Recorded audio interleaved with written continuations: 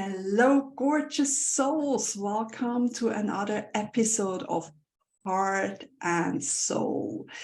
Today we share all about fear. Fear that maybe you've experienced that too. In the middle of the night, you all of a sudden you wake up full of fear and you have a hard time falling back asleep. Heart and Soul with Caroline. Here I am, and my dear friend, Janet. Hello, Janet. Hi, Caroline. Hi, everybody. Welcome. Yeah, this is quite an important topic because when we were thinking about what we were going to talk about, it was something that came up, we felt very much is out there at the moment and impacting a lot of people's lives. And we thought it was important to discuss it, to chat about it, but also to share some small little techniques that may help you to cope with that fear. So I think the first question is, what is fear? What does fear mean to you, Caroline? Fear, for me, when I was going through my divorce and all the money games, and I didn't have money for tomorrow and everything, I saw a quote. I can't remember whether it's from Buddha or from any other wise soul. And it says, if you're living in pain, you're living in the past. If you're living in fear, you're living in the future. If you're living in the here and now, all is fine. And somehow that truly helped me, because fear is something we expect to happen or expect the worst to happen, that kind of fear. And so it's sort of like our imagination going a bit crazy. But of course, sometimes as a mom, when my teenage kids went out, you have a little bit of fear. But again, that's your imagination. And there are wonderful ways you can come back into the here and now, into trust. And of course, always ask the universe for help. And what does fear mean for you, Janet?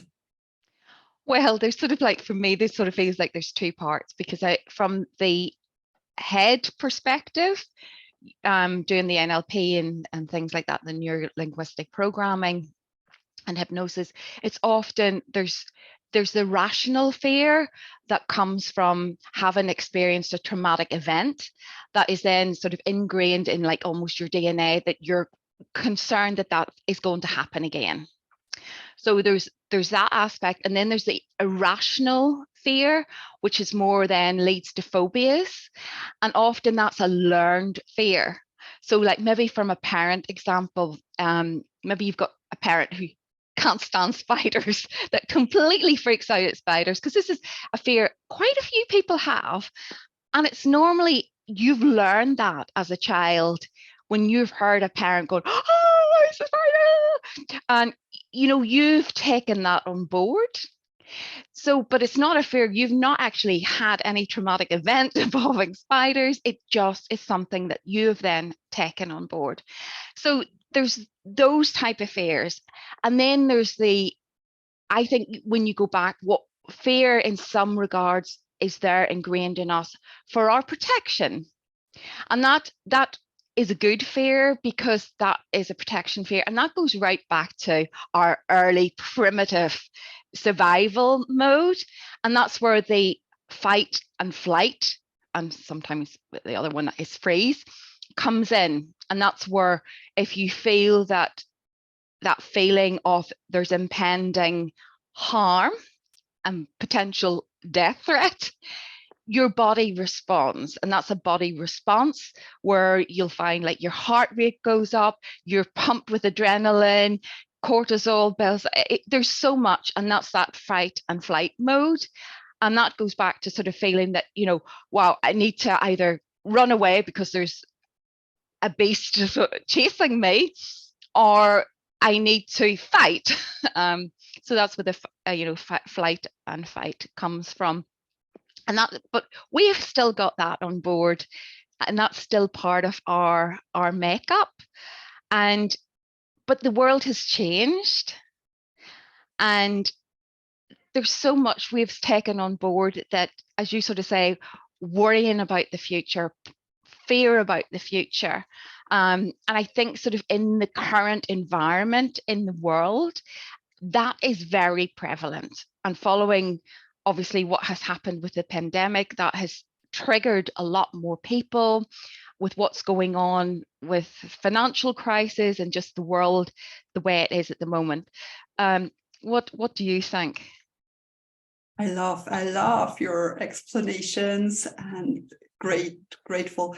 And yeah, it's also that collective fear.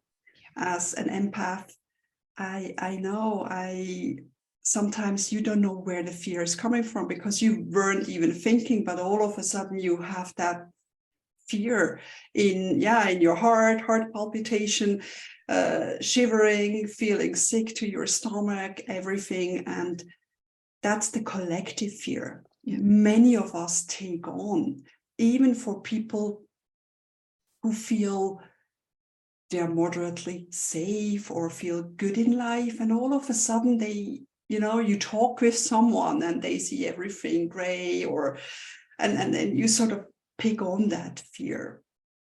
And that for fear is sort of sometimes like, in German, we also call it like a fist in your tummy, because it just blocks the solar plexus.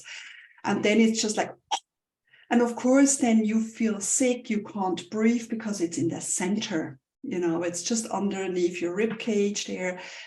And it can just compress anything. And then, of course, you have to learn to breathe again. So I think sometimes when we really fear strikes out of nowhere, just breathe and try to expand your belly, because by expanding the belly, you can relax that solar plexus. Because sometimes also people that are fearful, they have this chest breath, very shallow, very shallow, very fast. And then of course it gives more cortisol to the body because you're already not breathing relaxed. So sometimes it's like taking a step back. When you're in the middle of fear, wherever it comes from, whether from your thoughts or from, sometimes we just feel it in the body, and then just breathing deeply, just taking a moment to breathe. And for me, sometimes, especially at night, it's dark and you have all these thoughts, and sometimes it's hard to get out of the fear mode that keeps you so trapped. That's, I think, the tricky thing. It's just sort of like a downward spiral, or just like a express elevator down to horrendous fear. It's when I learned that in yoga, to just close one nostril, and then breathe in through one, and then hold, and then breathe out through the other, hold and breathe in, that alternate breathing. And then you focus and you count also. And then I think by the counting, you sort of get back in a calmer state. And also by breathing in and breathing out through the other nostril, you have all that both hemisphere kind of thing going together. For me, I learned that sometimes I wake up at night and then I'm full of fear, or just, and I don't know where or what from. And for me, I learned it was always when somewhere a volcano exploded or an earthquake, and then I sort of took on that fear, and then I realized that was just a channel, so I could just breathe it through and just release that fear of the world.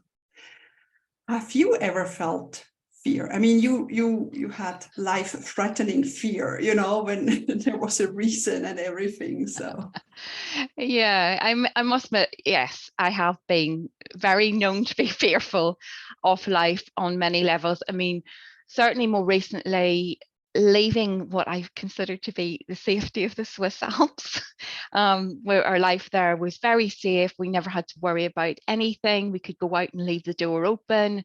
it just was amazing. And then moving back to the UK was rather, it was like dropped back into something I just had forgotten what it was like. And when it was all just as the pandemic hit, we weren't in our own home, we had so much going on.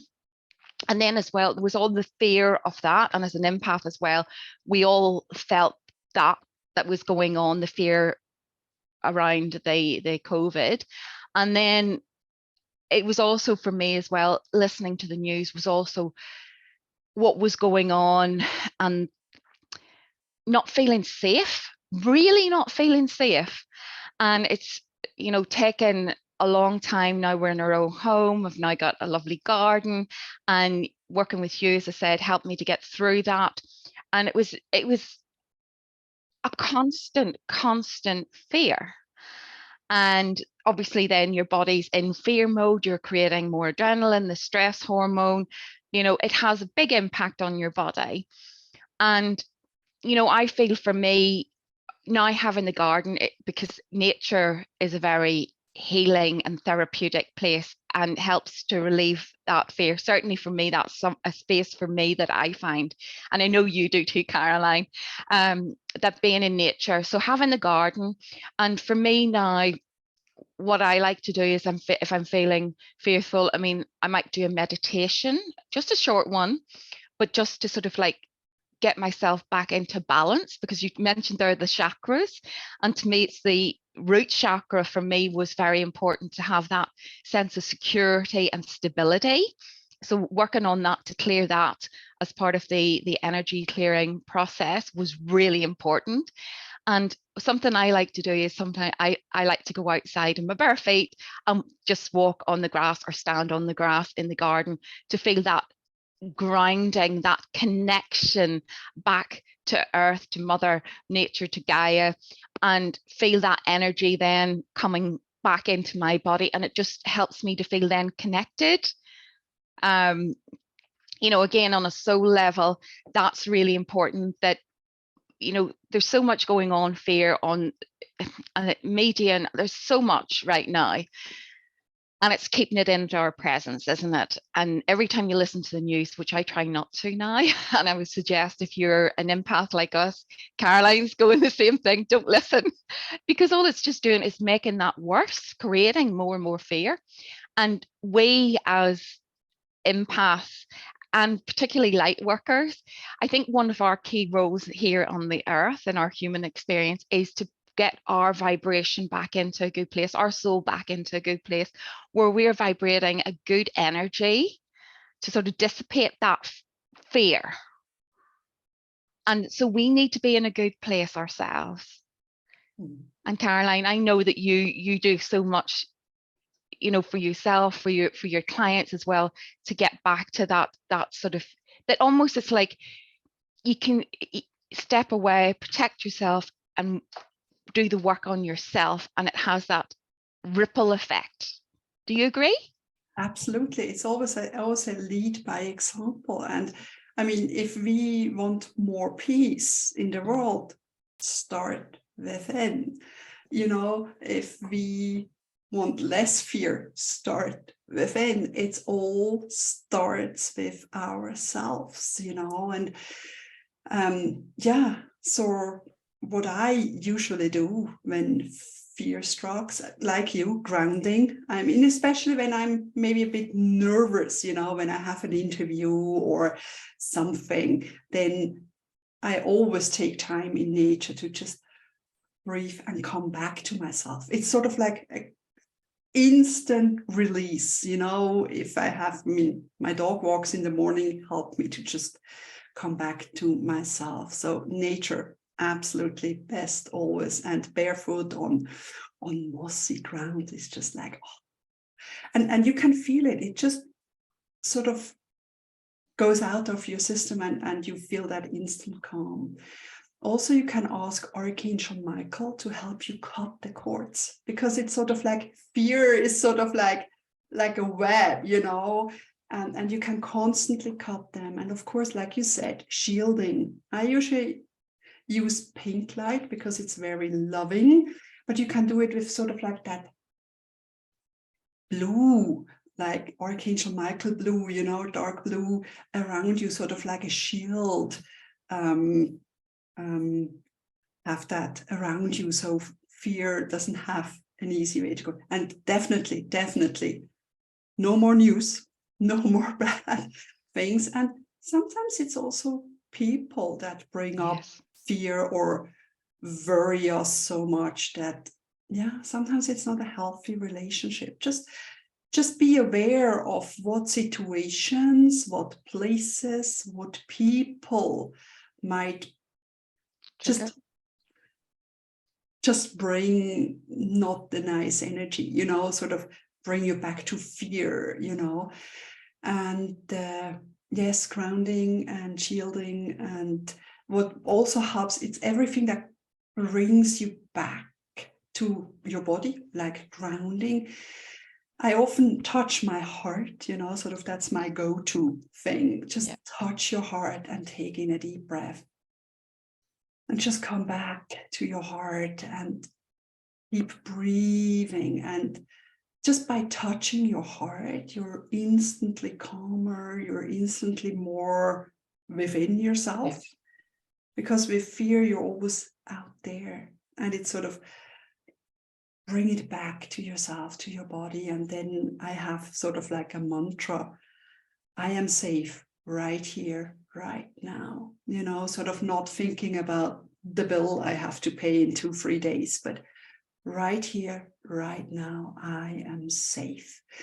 And just in that moment, you know, all we ever have is that moment. And yeah, and also when you're fearful of maybe your children or family, friends, you can always ask their guardian angel to look after them. That helped me, you know, and my teenagers went out that night and I went to bed before they even came home. I said, so guardian angels, please look after them. And then you can sort of hand it over. It's not me to worry, but it's the guardian angels I love place that. to I worry love about that. them. Yeah, because I call mine my A team, angel team. But you're absolutely right, is that if when we are connected, and you have that belief, and certainly between the heart and the soul, when you are at that spiritual level, and you have that, whether you think it's angels or whatever you believe it to be, the divine, to be able to know that you're not alone, that you are supported, and know exactly that you can hand it over and say, I'm worried about this, I'm concerned about this, I need your love and support. Or as you say, for family members, you know, it really does make it a huge difference. It Really does. does. Mm-hmm. Yeah, and with every kind of problems we have or keep thinking about or worrying about, hand it over. I do that before I go to bed or when I fall asleep, and then I think like, oh, this is, I said, oh, dear angels, please help me with this. Bring a solution in my dreams, Yes. you know, because then we are most receptive. And yeah, sometimes it's things we keep worrying about, things we can't change. So I think you love the serenity prayer, you know, and just the first part, accept the things you can't change. So I think that's sometimes really a wonderful reminder as well. Some things we can't change, like the weather, for example, you know, and so accept things for Exactly. what they are. Exactly. I mean, you know, there's things that you can change within your own life. You can transform and shift yourself, that's exactly the work that we do with our clients. We help and support them, and you know, to grow in their spiritual path, heart and soul. And it's then important that, you know, people who then come on board with that, it's raising their vibrational energy. And yes, we cannot change other people. We can't change necessarily what's going on in the world. Some people will be changed, can do that. They become like a warrior, but there's also like a slightly different energy about that.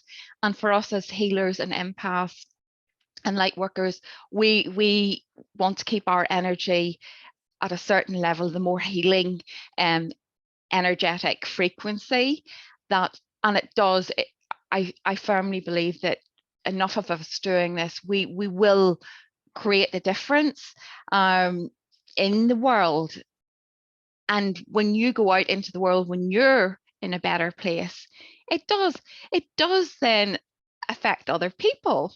You will find that, you maybe go out and I was in the shop recently, and some lady in a wheelchair couldn't reach something on the shelf, and she said, "Oh, can you help me?" And I said, "Yeah, not a problem," and helped her and got what and she was just so pleased that somebody was like helpful and nice, and it, it wasn't it was a small thing for me to do, but it was nice to feel to help. And she smiled, and that's always good. So I think that there's just looking at those little acts of kindness as well, that in this world, when there's a lot of fear, recognize that often some people's behavior, because fear is an emotion and it will change people's behavior, is that we have to be understanding to a degree. We don't always know what's going on in people's lives, and that can trigger them to not be the person that we know they are. So yeah, it's kind of, it's us, we need to work on. And I know a lot of people, and you have the same, when people come, particularly women, when they come, they don't make time for themselves. It's about everybody else, but they don't realize the need to, when they're in a better place, everything becomes more harmonious, particularly in like a family house. The kids are aware of energy. Kids are very, very aware of energy.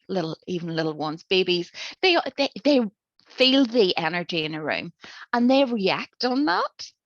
So if you've got a calm household, that's good for everybody.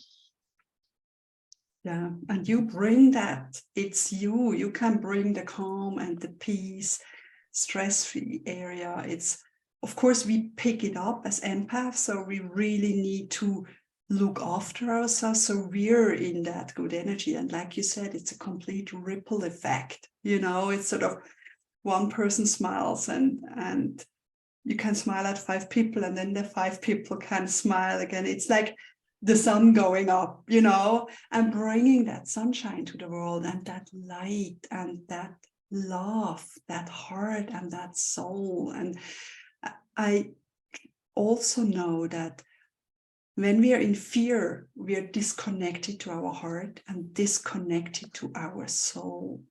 So anything that can bring us back into our bodies, back to our hearts and our beautiful soul, because essence of love and the essence of soul, they're not that different, but no, it's all love. It's exactly, and that's fearless, isn't it? It's just, there's no place for fear if you're in love. Exactly.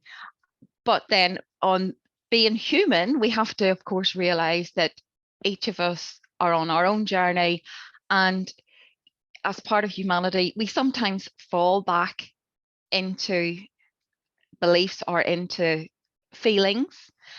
And again, but once we are aware and recognize that, we work then to get out of that. We shift ourselves back out of that. And that's part of the spiritual journey, the soul journey, the heart, that you learn to recognize that, become aware and going, oh, I'm falling back here.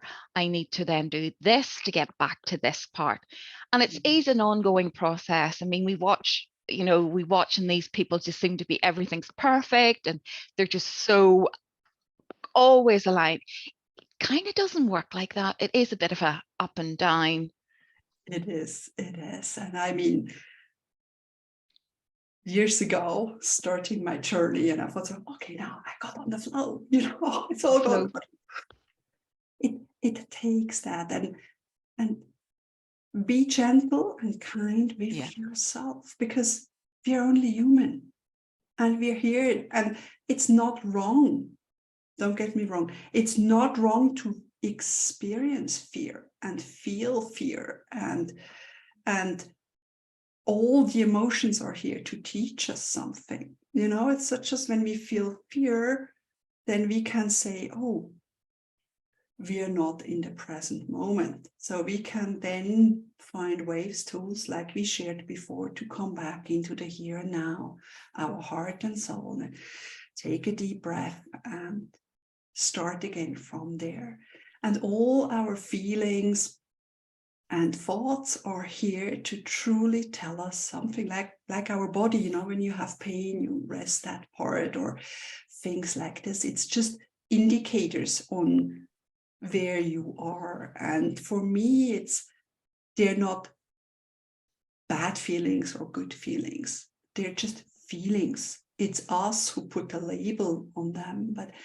And it's the same with thoughts. So everything can teach us something. And just be aware, gently observe your thoughts and connect with your feelings and see where you're at. And then you can align yourself again with your soul and heart and your present moment.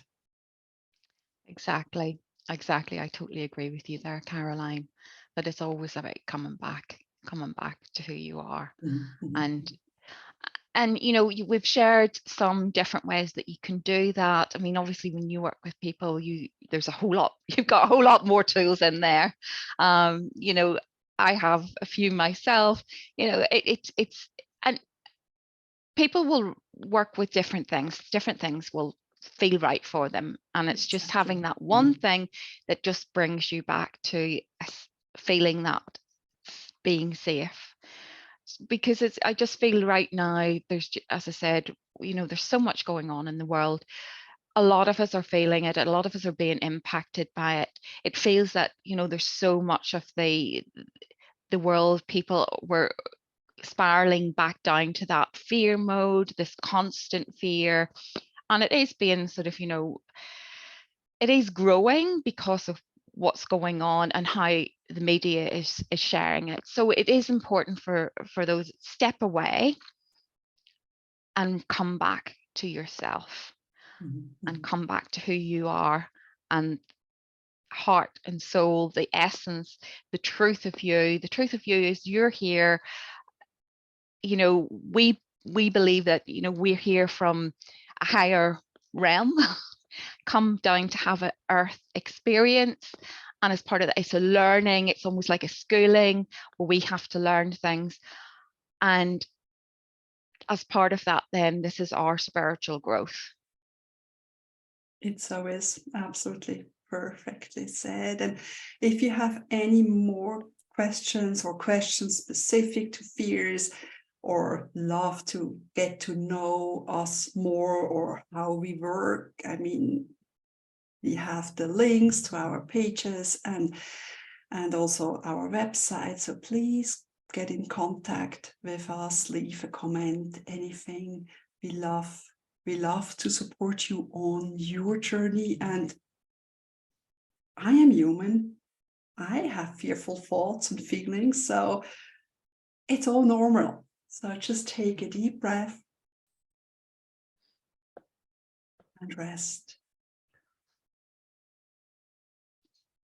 Thank you, everyone. Love and blessings to you all. Thank you. Thank you.